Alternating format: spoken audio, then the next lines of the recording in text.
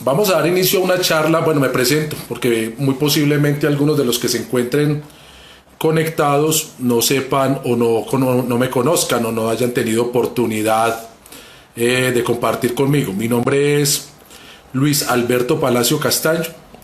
Luis Alberto Palacio Castaño es un agente de tránsito que lleva en la Secretaría de Movilidad de Medellín aproximadamente 22 años. Hago parte del Comité de Educación y del Comité del Sistema Penal Oral o Acusatorio de la Asociación Nacional de Empleados de Tránsito y Transporte ANDET. Con ANDET hemos tenido la oportunidad de visitar infinidad de compañeros, agentes de tránsito de todo el país.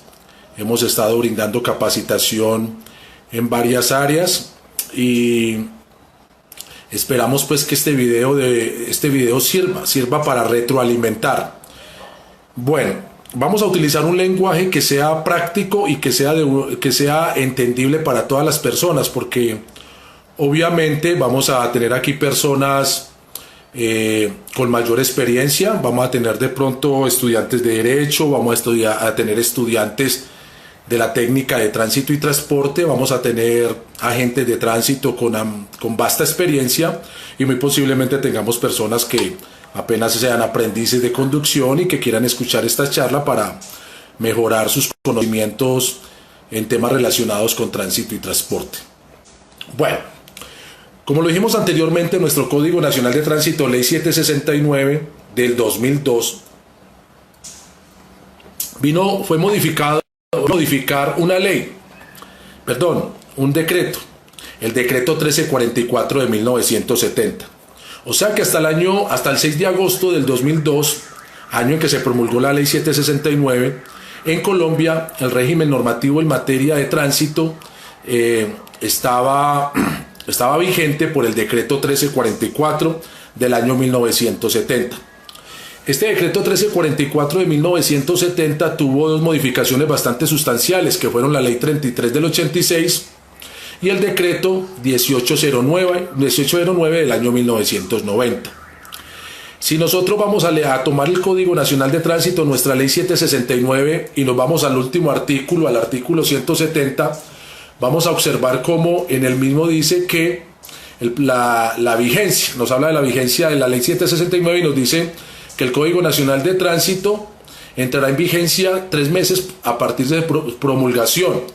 El Código Nacional de Tránsito se promulgó el 6 de agosto del año 2002, pero el mismo Congreso de la República determinó un periodo de transición de 3 meses, o sea que hasta el 6 de noviembre del 2002, para que todos los ciudadanos se pudiesen adaptar y que el gobierno nacional pudiera iniciar unas campañas pedagógicas y educativas mediante las cuales el ciudadano pudiese darse cuenta de todos los cambios que se dieron en el año 2002. Entonces vamos a iniciar. Ya sabemos que nuestro Código Nacional de Tránsito es muy importante. Todavía encontramos algunas autoridades de tránsito, algunos compañeros, algunos ciudadanos que desconocen la estructura del Código Nacional de Tránsito. Como ya lo reiteramos, nuestro Código Nacional de Tránsito tiene en total 170 artículos. Y esos 170 artículos están distribuidos en 4 títulos y 36 capítulos. O sea que tenemos 4 títulos, 36 capítulos y 170 artículos en nuestro régimen normativo en materia de tránsito.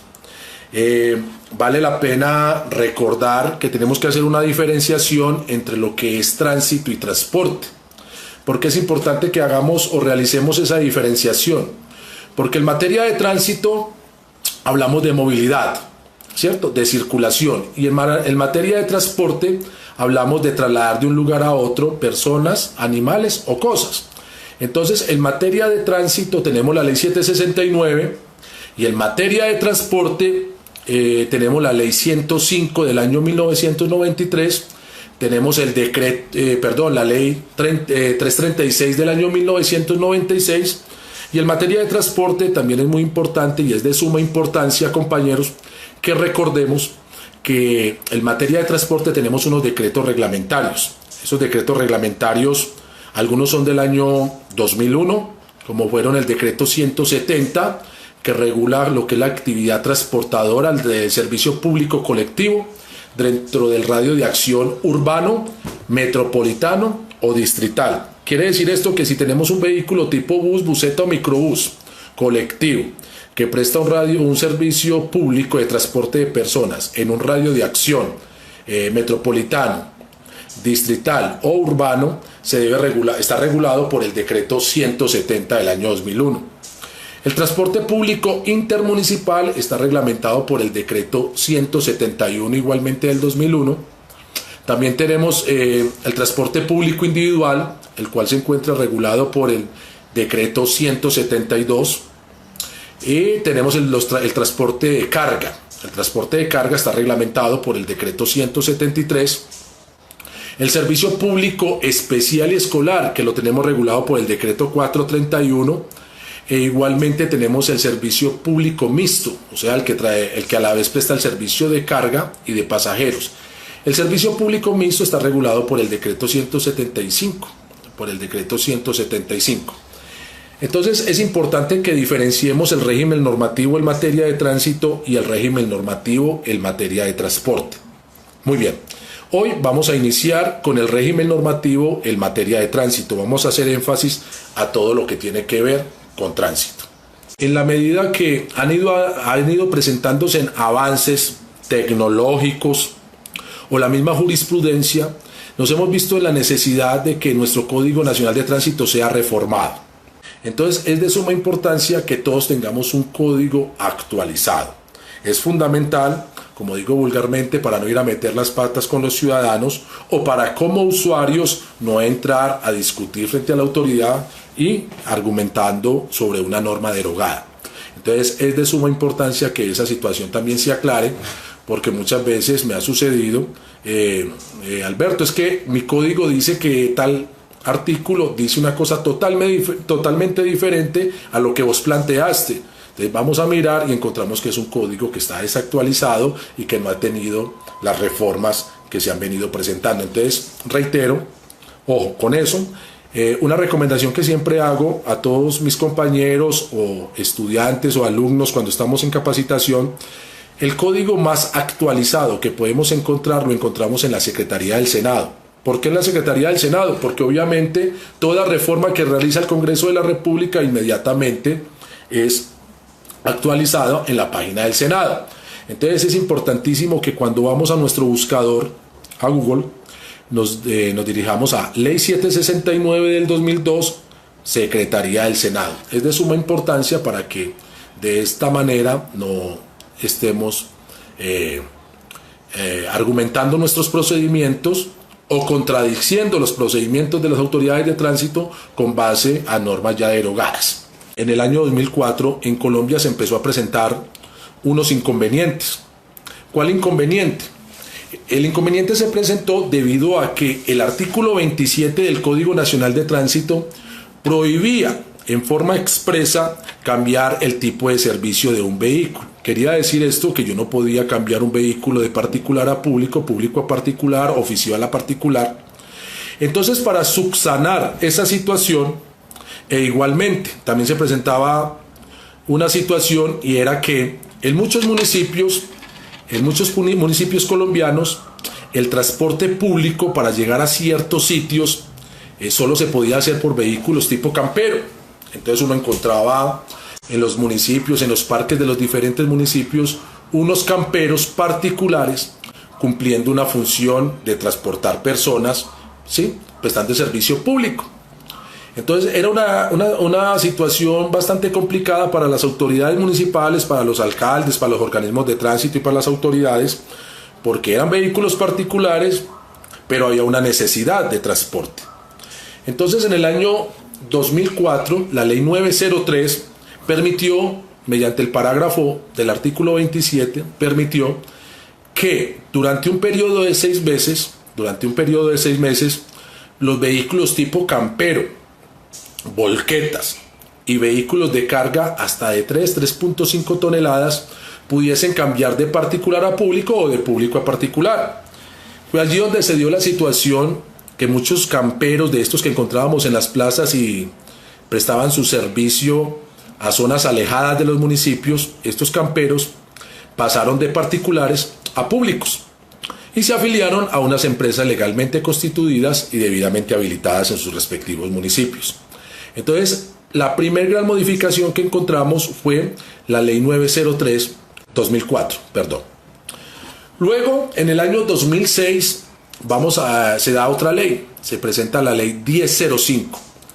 La Ley 1005 del año 2006, que reforma el Código Nacional de Tránsito, esta ley tiene que ver con los registros únicos nacionales de tránsito, o sea, con el famoso RUN. El RUN es una concesión que se encarga de registrar toda la información que en materia de tránsito tenemos en Colombia. Es como allí podemos encontrar todo el registro nacional del parque automotor, el registro nacional de conductores, todas las licencias de conducción, el registro nacional de seguros obligatorios, el registro nacional de centros de enseñanza automovilística. Entonces la Ley 1005 dice cómo se deben de realizar los registros ante el RUN, quiénes están obligados a registrar toda la información en el mismo y cuáles son las tarifas y cuáles son las sanciones por no realizar los respectivos registros. Entonces ya tenemos Ley 903 y Ley 1005 como las leyes primarias que reformaron el Código Nacional de Tránsito. Luego en el año 2009 tenemos la Ley 1310, la 1310 que es la famosa ley de los agentes de tránsito, Ley 1310 que es la que regula la actividad o los grupos de control vial, como lo dice igualmente dicha ley. Esta Ley 1310 es un triunfo de nosotros, las autoridades, los agentes de tránsito, los famosos azules como los denominan algunos, porque de una u otra manera visibilizó la actividad y nos dio una ley que nos organizaba, ¿cierto? Y que nos daba un mayor sustento en nuestras actividades.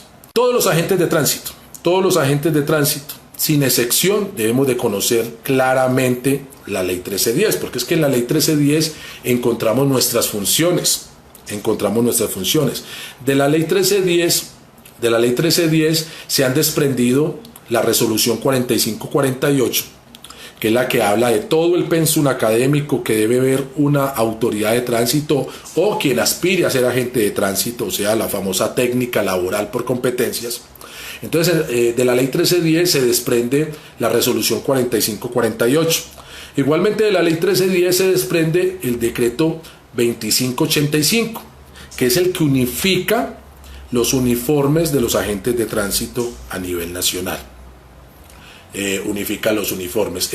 La Resolución 4548 y el Decreto 2585, ambos del 2013, son reglamentaciones que se desprenden de la Ley 1310. Entonces es importantísima esa situación y de una u otra manera a quienes están observando el video les recomiendo que vayan tomando nota de toda la normatividad, porque si vamos a querer ahondar sobre la misma, entonces es importante que después la busquemos, la consultemos. La Ley 1310 del 2009, 5 funciones básicas que cumplimos los agentes de tránsito.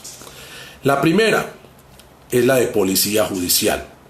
Esta primera función está concatenada de una u otra manera con los artículos 148 y 149 del Código Nacional de Tránsito, igualmente con el Código de Procedimiento Penal, Ley 906, Código Penal, Ley 599. Ahí es donde están establecidas nuestras funciones de policía judicial. Muchas veces pregunto, o en algunas de mis intervenciones pregunto mucho porque veo a mis compañeros que se ven muy elegantes con su uniforme azul y traen su distintivo que dice policía judicial, ¿cierto? Esa es una función, porque muchas veces se nos pregunta ¿qué es policía judicial? La policía judicial es una función que cumplen algunas entidades del Estado para apoyar la investigación penal de algunos hechos que revisten las características de delito. Entonces ahí es donde tenemos funciones de policía judicial. ¿Con base a qué? A la Ley 906 del 2004 y a la Ley 599, artículos 148 y 149 igualmente de nuestro Código Nacional de Tránsito. Pero nosotros tenemos funciones de policía judicial en el ámbito de nuestras competencias. ¿Cuál es el ámbito de nuestras competencias? El ámbito de nuestras competencias es tránsito y transporte,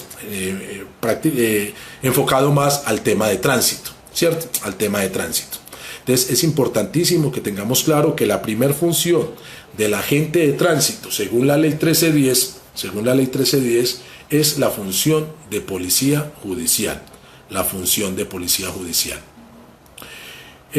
La segunda función establecida en el artículo 5 de la ley 1310 es la función educativa.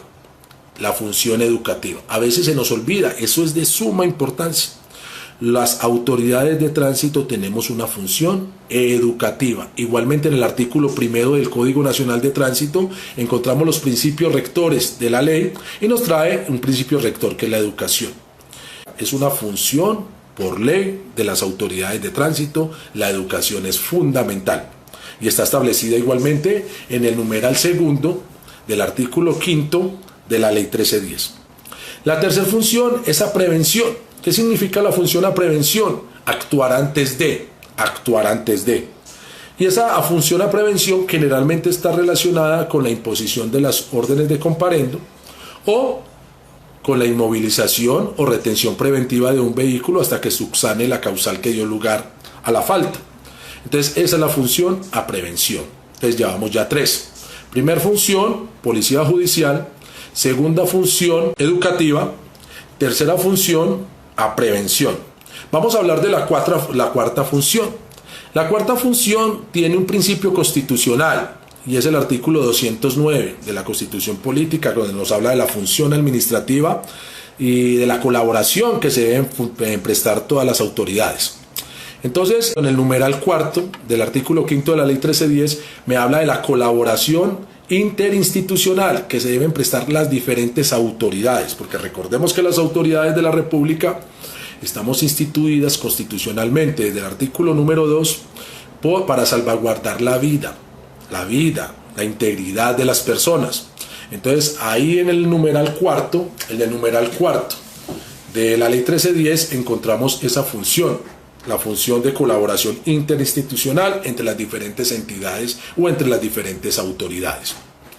En el numeral quinto encontramos la función de vigilancia cívica.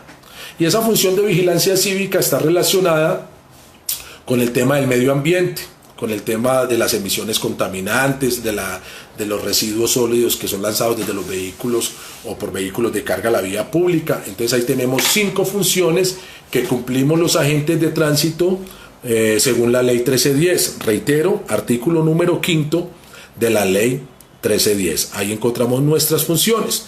Igualmente nuestras funciones las encontramos en el artículo 7 de la ley 769, donde nos dice que nuestras funciones serán de carácter preventivo, que nuestra finalidad es salvaguardar, ¿cierto?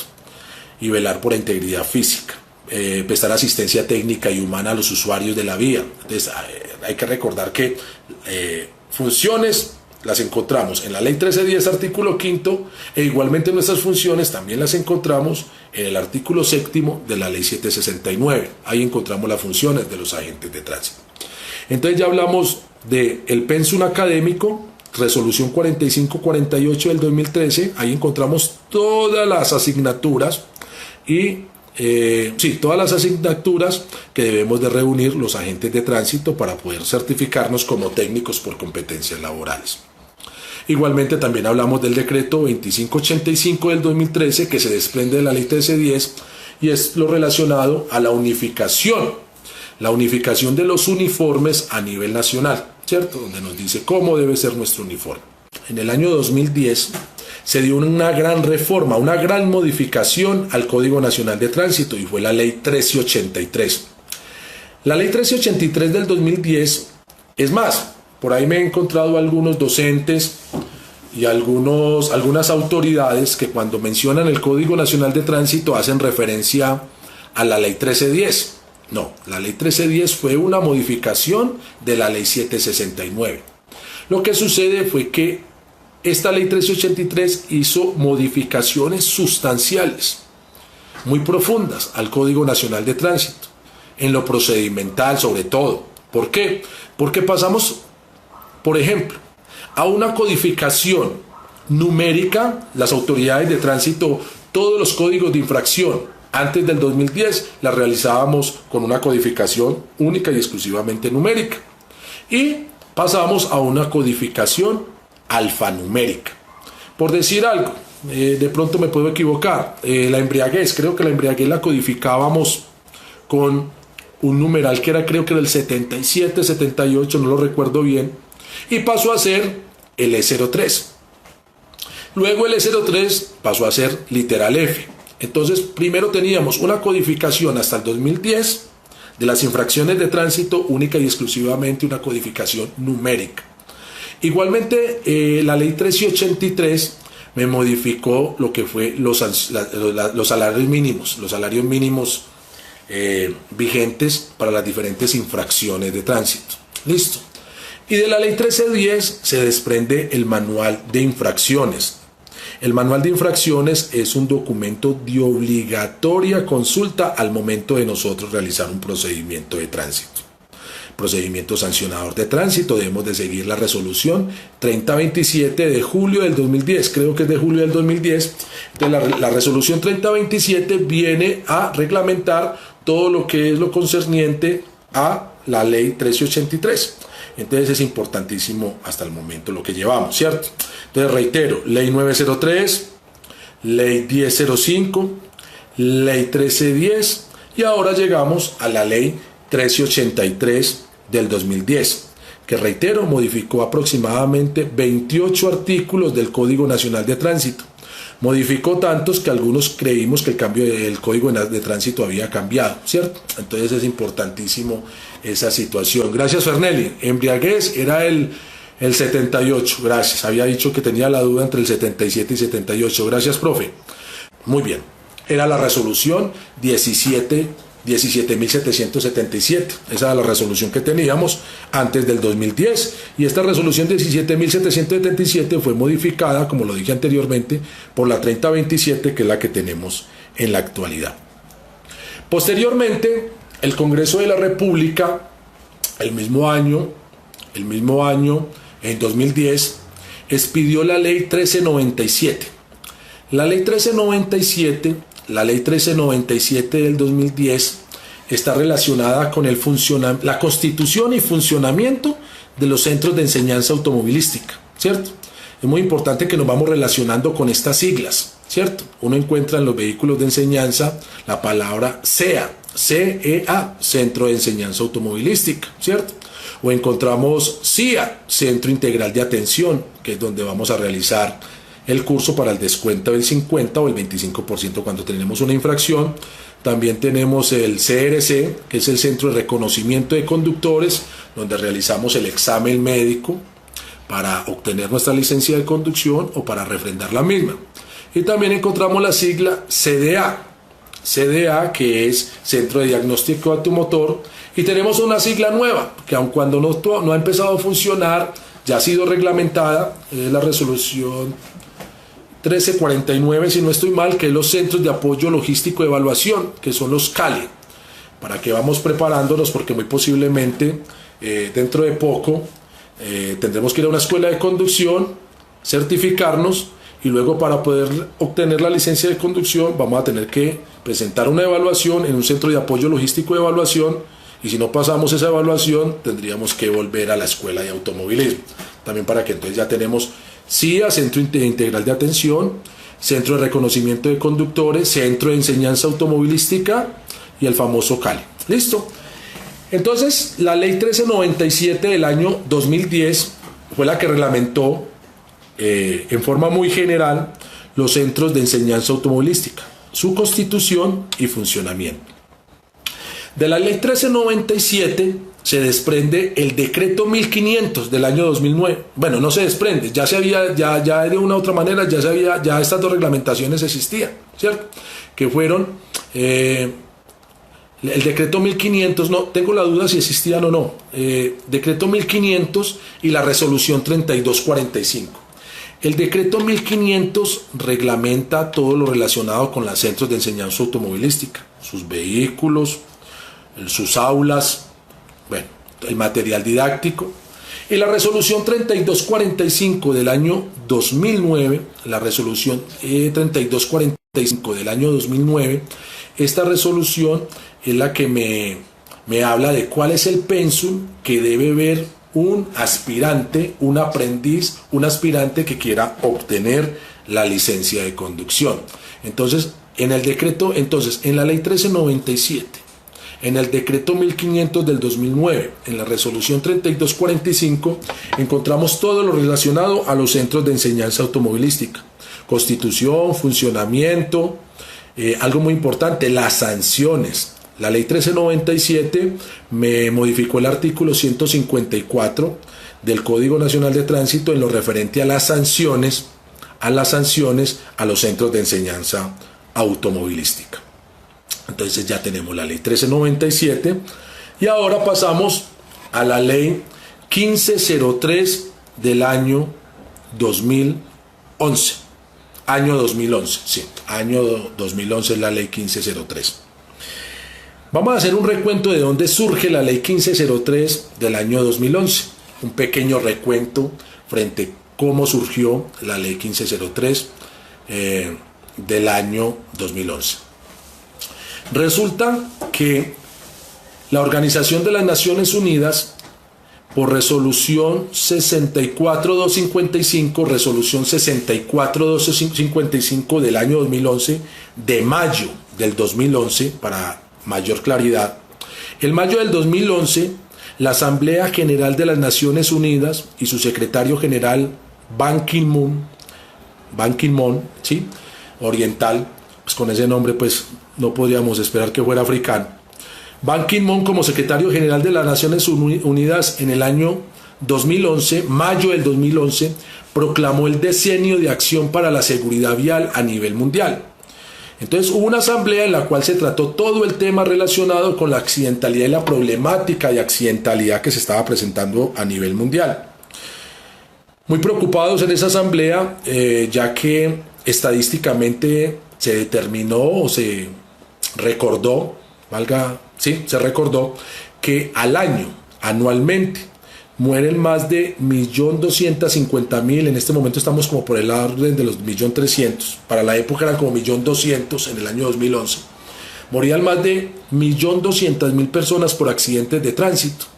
Entonces, a raíz de esa situación, la Organización Mundial de la Salud, que es una agencia dependiente de la Organización de las Naciones Unidas,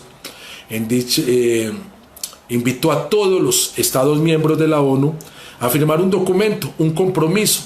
Ese compromiso se llamó la resolución, o se denominó resolución 64255 de la ONU, vuelvo y reitero, de mayo del 2011, donde obligaba a que todos los países, sin excepción, miembros de la ONU, debían dar a conocer cuál iba a ser el plan local para lograr que en este decenio 2011-2020 pudiésemos disminuir las muertes por accidentes de tránsito. Entonces, muy juiciosos, en Colombia, en diciembre creo del año 2011, diciembre sí, se proclamó o se expidió la ley 1503. La 1503 trae el plan de acción de Colombia para poder cumplir con ese compromiso adquirido con la Asamblea General de las Naciones Unidas, más específicamente con el plan de acción decenio de la seguridad vial. Esa ley 1503 trae unos lineamientos muy importantes que todos nos enfoquemos hacia él, porque muchas veces las autoridades olvidamos esa parte educativa. Recuerden la parte educativa establecida en el numeral segundo del artículo 5 de la ley 1310. Es más, es lamentable a veces uno escuchar jefes o escuchar directores de organismos de tránsito, muy pocos afortunadamente, que dicen que es que la función de la gente de tránsito no es educar, sino sancionar. No, la función de la gente de tránsito es velar por la seguridad de las personas. La sanción, la orden de comparendo es una consecuencia del no cumplimiento del régimen normativo en materia de tránsito, pero nuestra función inicial y principal es educativa. Entonces la ley 1503 trajo unos lineamientos, esos lineamientos son: Primero, un lineamiento para el sector público. Ese lineamiento para el sector público, vuelvo y reitero, estoy hablando de la ley 1503, la que se desprende de la resolución 64255 de mayo del 2011, y recuerden que la ley 1503 creo que es del 28 de diciembre del 2011, trae unos lineamientos. El primer lineamiento tiene que ver con el sector educativo. ¿Qué significa? Que a partir de esa ley se establece como obligatoriedad en Colombia que en todos los grados educativos, preescolar, básica primaria, media vocacional, se imparta o se ingrese al pensum como un eje transversal educativo la seguridad vial, la educación y la seguridad vial. Entonces la ley 1503 trae el primer lineamiento, y ese primer lineamiento es para el sector público, e introduce dentro de la ley 105, introduce en la Ley General de Educación el tema de la educación y seguridad vial en todos los entes educativos a nivel nacional. El segundo lineamiento de la Ley 1503 es los planes estratégicos de seguridad vial, importantísimos, planes estratégicos de seguridad vial. Los planes estratégicos de seguridad vial, ¿qué son? Básicamente lo que le están diciendo a los colombianos es que si yo tengo una empresa donde para cumplir mis fines misionales necesito más de 10 vehículos, importo, construyo, ensamblo, utilizo más de 10 vehículos, debo de generar o diseñar un documento que se llama PESV, P-E-S-V, Plan Estratégico de Seguridad Vial. Entonces ya tenemos el primer lineamiento, que es para el sector público, la educación en las instituciones educativas. Luego tenemos los planes estratégicos de seguridad vial, que están reglamentados por el decreto 2851 y por la resolución 1565, que es la guía metodológica para poder construir los planes estratégicos de seguridad vial. Ahí tenemos el segundo lineamiento de la ley 1503. Y el tercer lineamiento tiene que ver con el consumo responsable de alcohol. O sea que ya se le impone a los establecimientos que expenden bebidas alcohólicas para que también diseñen unas estrategias encaminadas a que sus clientes tengan unos medios alternos, unos medios alternos de transporte, puedan dejar el vehículo, tengan taxis de confianza, convenios entre empresas de taxis y los establecimientos que expenden bebidas alcohólicas, de tal manera que la gente se pueda desplazar tranquilamente a sus hogares luego de haber consumido alcohol. Entonces ahí tenemos la famosa ley 1503 del año 2011, que surge como una necesidad para poder dar cumplimiento a la resolución 64255 de la Organización de las Naciones Unidas relacionado con el plan de acción decenio de la seguridad vial, que valga aclarar, ya por ejemplo en el caso de Medellín se extendió hasta el año 2030. Por acá salió ya una resolución, por aquí nos dice el amigo Palacio Juber, me hace la aclaración referente a la que no es la ley 105, es la ley 115 de educación del año 1994. Mi Dios te pague, Juber, por la aclaración. Mi Dios te pague, Juber, por la aclaración. No la tenía como ese laxus, no la tenía clara en el momento. Entonces ya vamos en la ley 1503. De la ley 1503, vuelvo y reitero, se desprende en el decreto 2851 y la resolución 1565, mediante el cual se dicta la guía metodológica para los planes estratégicos de seguridad vial.